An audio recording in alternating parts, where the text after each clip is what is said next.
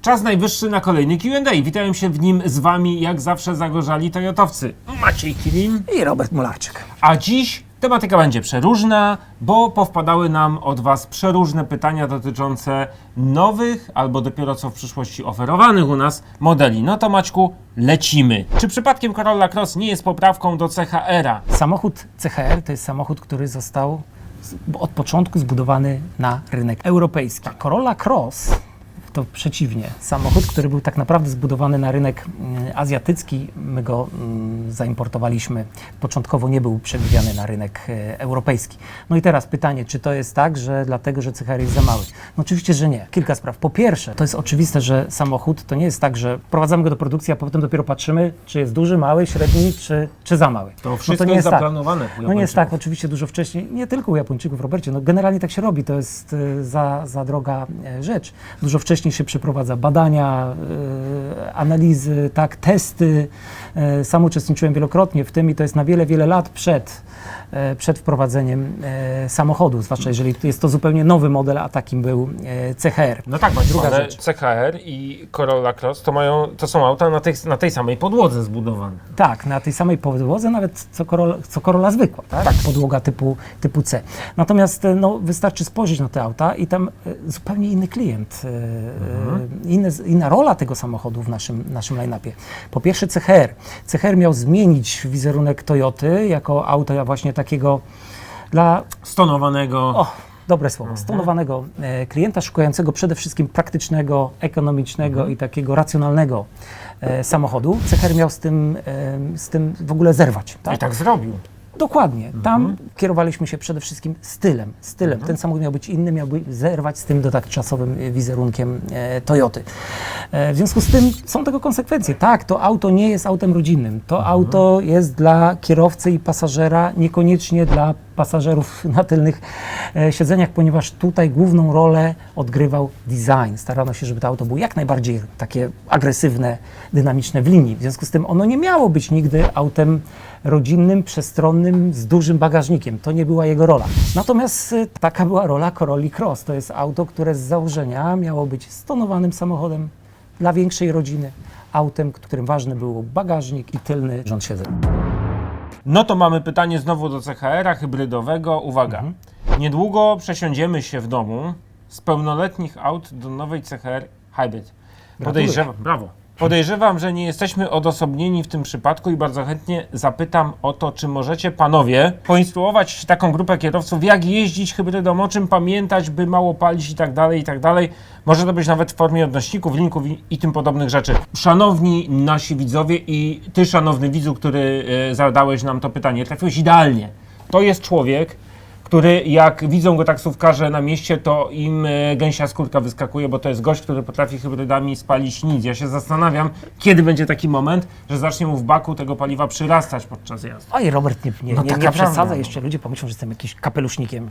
Kapelusznikiem może nie, ale oszczędnie potrafi jeździć niesamowicie i płynnie. Natomiast zacznijmy, rozumiem, że to jest pierwsze doświadczenie z hybrydą. Sprawa jest bardzo prosta. Proponuję najpierw w ogóle się tym nie przejmować. W ogóle jeździć tak, jak tymi poprzednimi autami pan jeździł.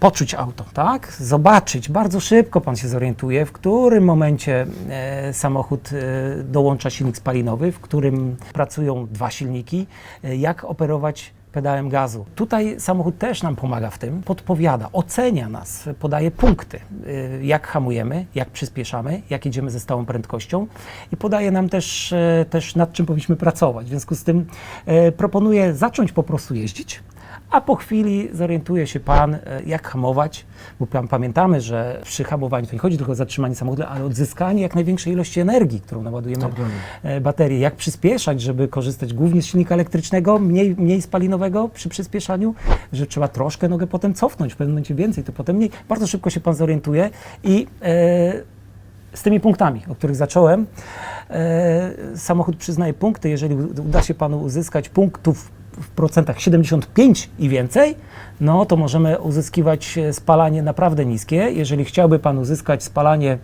modelem takim jak Camry poniżej 5 litrów, co spokojnie jest do zrobienia, należy uzyskiwać wyniki na poziomie 80 punktów. Z tym kapelusznikiem to to nie o kapelusznikach.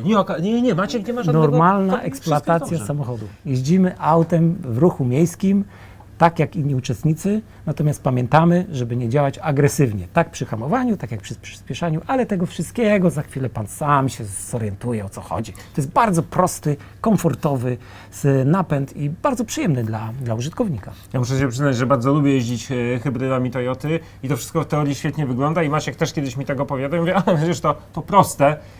No nie udało się, niestety.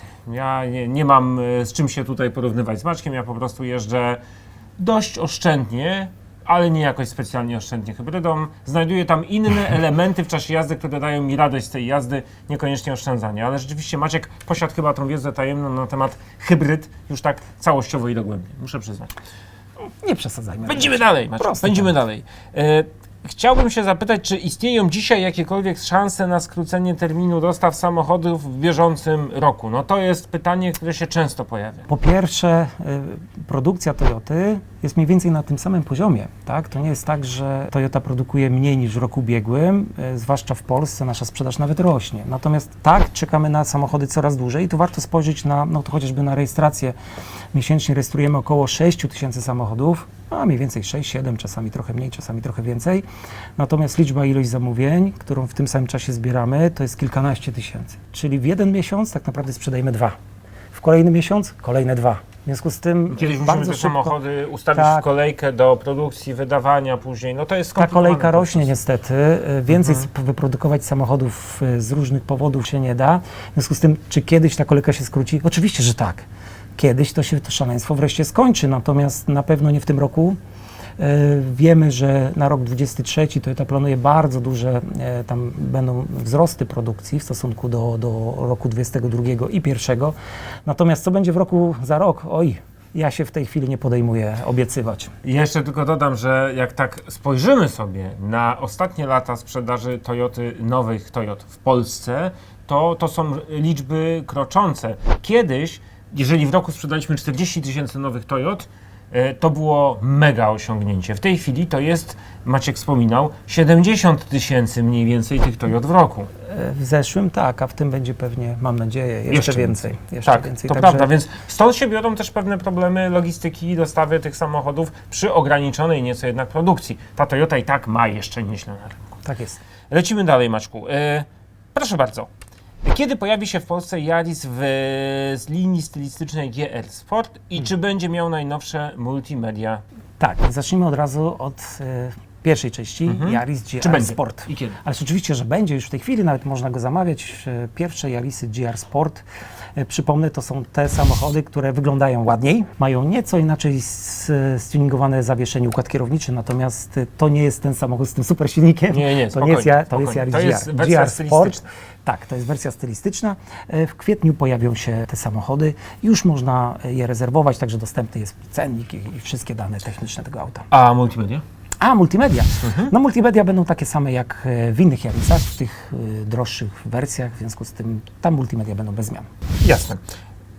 Kolejne pytanie. Ile mocy ma tylny silnik elektryczny w napędzie AWDI w Yarisie Cross? To jest, przypomnijmy, napęd AWDI, czyli napęd inteligentny, elektryczny wszystkich kół. Na stałe mamy napędzane koła przedniej osi, a tył ze swoim oddzielnym silnikiem elektrycznym jest dołączany wtedy, kiedy tego wymaga sytuacja. Maćku, 5 koni mechanicznych mocy to rzeczywiście na papierze nie wygląda dobrze i nie brzmi za mocno. No oczywiście, natomiast trzeba pamiętać o kilku kwestiach. Po pierwsze, w przypadku silników elektrycznych istotna jest nie tyle moc, co moment obrotowy, tak? To jest istotne, bo to powoduje, że my czujemy, że ten silnik działa. Poza tym, taka prosta rzecz. Jeżeli inżynierowie stwierdziliby, że potrzebny jest tam mocniejszy silnik o większej mocy, to taki by dali. Warto się przekonać osobiście, przetestować. My mieliśmy okazję jeździć tym samochodem w różnych ekstremalnych, naprawdę. Były polskie góry? Też tak. I nawet trochę takiego offroadu żeśmy złapali. Naprawdę ten system działa i nie trzeba się bać mocy. Ona jest odpowiednia do tego samochodu. Czyli reasumując, nie musi być wielki, ale musi być wariat i tu dokładnie tak mamy taką sytuację, bo ten silniczek z dużym momentem obrotowym od dołu, już uzyskiwanym i szybko dołączany, gwarantuje nam bezpieczeństwo i dobrą przyczepność tylnej osi. I o to w tym wszystkim chodzi. No to jeszcze w tym temacie kolejne pytanie. Powiedzcie jeszcze może, panowie, do jakiej prędkości działa ten napęd i jak będzie to wyglądało w Corolli Cross? No właśnie, bo o tym się nie mówi, ale ten tylny silnik, bez względu czy to jest Corolla Cross, czy jest to RAV4, on pracuje do mniej więcej 70 km na godzinę, bo do tej prędkości potrzebujemy mieć dużą przyczepność w różnego rodzaju sytuacjach do asfaltu czy do drogi nieutwardzonej. Znaczy nieutwardzone i tak jak mówiłem, przy większych prędkościach, jak sobie przeliczymy ten czas potrzebny na załączenie napędu, no to naprawdę nie ma większego znaczenia.